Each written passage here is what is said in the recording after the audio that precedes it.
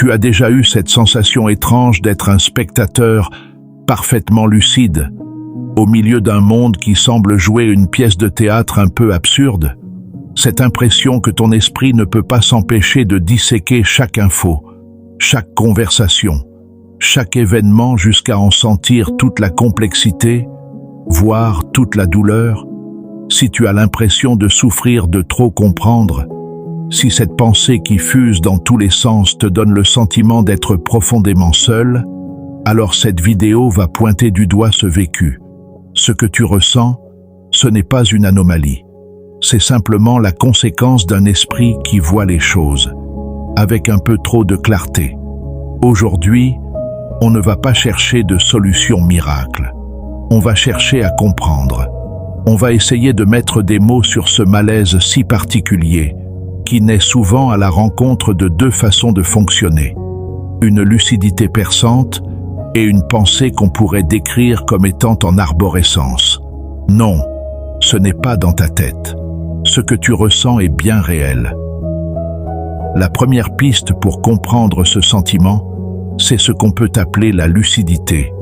Pas juste l'intelligence, mais une conscience aiguë, presque à vif, du monde qui t'entoure.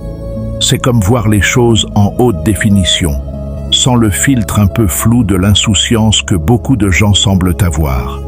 Ça se manifeste de trois manières principales. Premièrement, tu ressens de plein fouet l'absurdité ambiante, les contradictions dans les discours, les faux semblants dans les relations, les injustices qu'on finit par trouver normales. Là où d'autres avancent sans sourciller, toi, tu vois les failles, les paradoxes. Ton esprit analyse en permanence.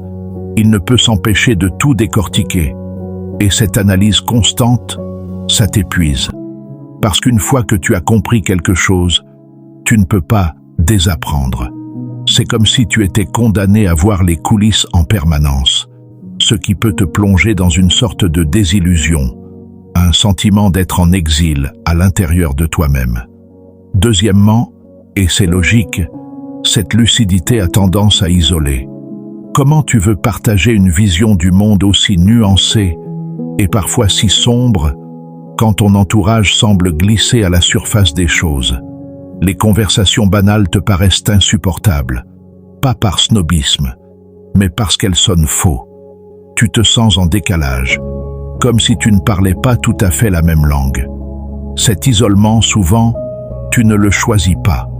Ta profondeur de vue peut t'intimider ou simplement déconcerter les autres. Du coup, tu deviens cet observateur silencieux de ta propre vie, sans jamais vraiment y participer. Troisièmement, tu vis avec ce qu'on appelle parfois le syndrome de Cassandre. Tu vois les problèmes arriver de loin. Grâce à ta capacité d'analyse, tu anticipes les conséquences, les tensions, les risques, bien avant tout le monde. Mais quand tu essaies de prévenir, on t'écoute à moitié.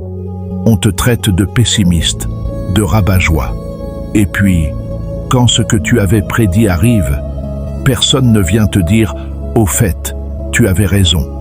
Vivre ça à répétition, c'est profondément frustrant. Ça donne le sentiment d'être à la fois clairvoyant et totalement impuissant. Un mélange parfait pour nourrir l'anxiété. Cette lucidité exacerbée, c'est la première clé.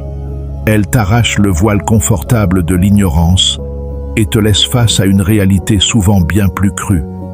Si la lucidité te donne la matière brute de ton ressenti, la pensée en arborescence, elle, en est le moteur.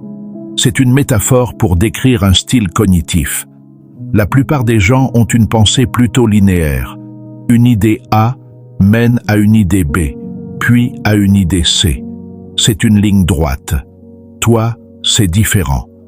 Ton esprit, c'est un peu un feu d'artifice.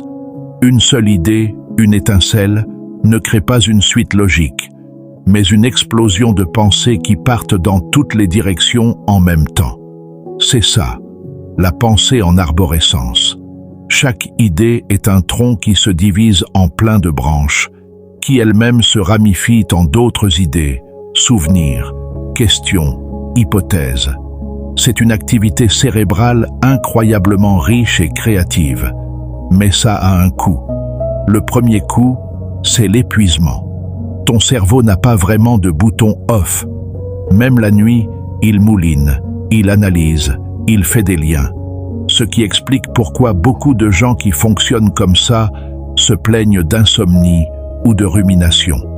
Tu traites constamment une quantité folle d'informations et ça peut mener à une vraie surcharge mentale, ce fameux brouillard cérébral. Le deuxième coup, c'est l'incompréhension sociale. Quand tu parles, c'est difficile de suivre un seul fil. Tu fais des digressions, des analogies, des sauts d'une idée à l'autre qui pour toi sont logiques, car tu vois l'arbre en entier. Mais ton interlocuteur, lui, est perdu. Il ne voit qu'une branche à la fois. On te reproche d'être compliqué, de trop penser. Ça peut même te pousser à procrastiner, pas par flemme, mais parce que le simple fait de démarrer une tâche simple déploie une carte mentale si complexe que tu ne sais plus par où commencer. Cette hyperactivité cérébrale n'est pas un choix. C'est une façon de décrire un esprit qui a une facilité à jongler avec plein de concepts en même temps. C'est un vrai atout pour la créativité ou pour résoudre des problèmes complexes, mais ça peut être un fardeau dans un monde qui valorise la simplicité et la pensée directe. Maintenant, imagine ce qui se passe quand ces deux traits, la lucidité et la pensée en arborescence, entrent en collision. C'est là qu'on touche au cœur du problème. Ta lucidité te donne les graines de pensée difficiles, une injustice que tu remarques, une absurdité dans le système, une peur existentielle, comme la conscience aiguë de la mort. Une personne avec une pensée plus linéaire va peut-être se dire « c'est triste », puis passer à autre chose. Mais chez toi, c'est différent. Ta pensée en arborescence attrape cette graine et en une seconde, la transforme en une forêt d'angoisse. L'injustice que tu as vue dans la rue devient le point de départ d'une analyse globale sur toutes les injustices du monde. La petite peur d'échouer sur un projet se transforme en une visualisation de toutes les catastrophes possibles et imaginables. C'est un cocktail explosif. La lucidité te fait voir le problème, et la pensée en arborescence te le fait explorer dans ses moindres détails angoissants. Ça crée un état d'hypervigilance, où ton esprit est toujours sur le qui-vive. Il n'est donc pas surprenant que dans certaines études, on observe des niveaux d'anxiété plus élevés chez les personnes qui se reconnaissent dans ce fonctionnement, comme certains profils à haut potentiel intellectuel. En plus, ce mécanisme est souvent lié à un perfectionnisme qui paralyse, parce que tu vois très clairement ce que serait un résultat parfait et que ta pensée te montre les 1000 façons d'échouer, tu peux te retrouver tétanisé. La peur de ne pas être à la hauteur de tes propres standards, qui sont déjà très élevés, devient si forte qu'elle te pousse à ne rien faire. C'est le fameux syndrome de l'imposteur. Même si tu es compétent, tu doutes en permanence. Ta souffrance n'est donc pas une simple tristesse. C'est souvent le résultat d'un esprit qui combine une perception très fine du monde avec une capacité quasi infinie à en explorer toute la complexité. Si tu t'es reconnu là-dedans, la première chose que je veux que tu saches, c'est que ce que tu ressens est légitime. Ce n'est ni un caprice, ni une faiblesse. C'est une conséquence assez logique de ta manière de fonctionner. Tu n'es pas cassé, tu es juste câblé différemment. L'idée, ce n'est pas de devenir moins lucide ou d'arrêter de penser comme ça. Ce serait impossible et franchement, pas souhaitable. Le but du jeu, c'est d'apprendre à naviguer avec, de transformer ce qui ressemble à une malédiction en un outil que tu peux gérer. La première étape, c'est l'acceptation. Accepter que cette sensibilité et cette complexité font partie de toi. Plutôt que de lutter contre, apprends à les apprivoiser. Des outils comme la méditation ou de simples exercices de respiration peuvent t'aider à calmer le système nerveux. pour ne pas te laisser noyer par chaque vague de pensée. Tenir un journal, ça aide aussi à structurer le chaos, à sortir les idées de ta tête pour les poser sur le papier, ce qui les rend tout de suite moins intimidantes. Ensuite, apprends à gérer ton environnement. Tu as besoin de moments de solitude pour recharger les batteries? C'est normal, ne t'en excuse pas. Choisis avec qui tu partages tes pensées profondes. Cherche les gens qui, comme toi, apprécient la nuance. Enfin, et c'est peut-être le plus important, sois bienveillant avec toi-même. Lâche un peu la pression du perfectionnisme. Autorise-toi à être imparfait, à faire des erreurs, à ne pas avoir toutes les réponses. L'intelligence ne protège pas de la souffrance. Parfois, elle en est la source.